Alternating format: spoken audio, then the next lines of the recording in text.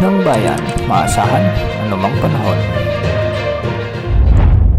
Magandang araw po sa ating lahat. Narito na ang pinakaling update sa magiging lagay ng ating panahon ngayon at sa mga susunod na araw. Patuloy nating minomonitor ang low pressure area na huling namataan ng Pag-asa sa layong 520 km silangan ng Giwan Eastern Samar. Sa ngayon ay malabo pa ang tsansa na ito ay lumakas bilang bagyo o sobrang baba pa ng tsansa na ito ay lumakas bilang bagyo. Sa mga susunod na araw, ating babantayan ang magiging kilos at lakas nito dahil hindi rin inaalis ang posibilidad na lumakas ito bilang bagyo sa susunod na linggo. Kung sakali nga ay papangalanan itong bagyong Kiko. Hindi man nakikitang tatama sa ating bansa pero asahan na palalakasin o hatakin nito ang habagat na magpapaulan sa malaking bahagi ng ating bansa sa susunod na linggo. Samantala, dahil sa trough o extension nito, asahan na ang maulap na kalangitan na may mga kalat-kalat na pagulan at thunderstorms sa Bicol Region, Eastern Visayas, Caraga at Davao Region. Kaya posible ang banta ng mga biglang pagbaha o paggunang lupa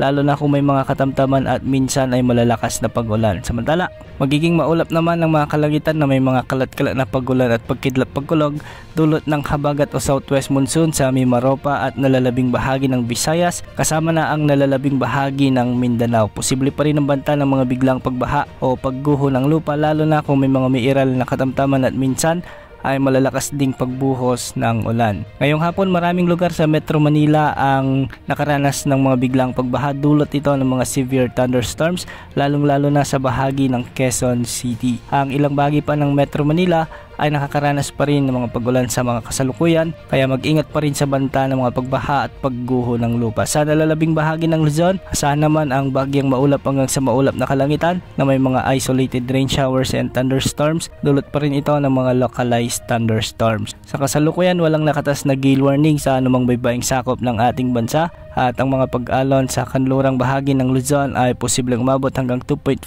meters. Ganitong pag-alon din ang inaasahan sa nalalabing baybaing sakop ng Luzon at 1.2 meters naman ang inaasahan sa mga karagatang sakop ng Visayas at Mindanao. Yan muna ang latest sa lagay ng panahon. Ito pong weather update ng bayan, maasahan anumang panahon.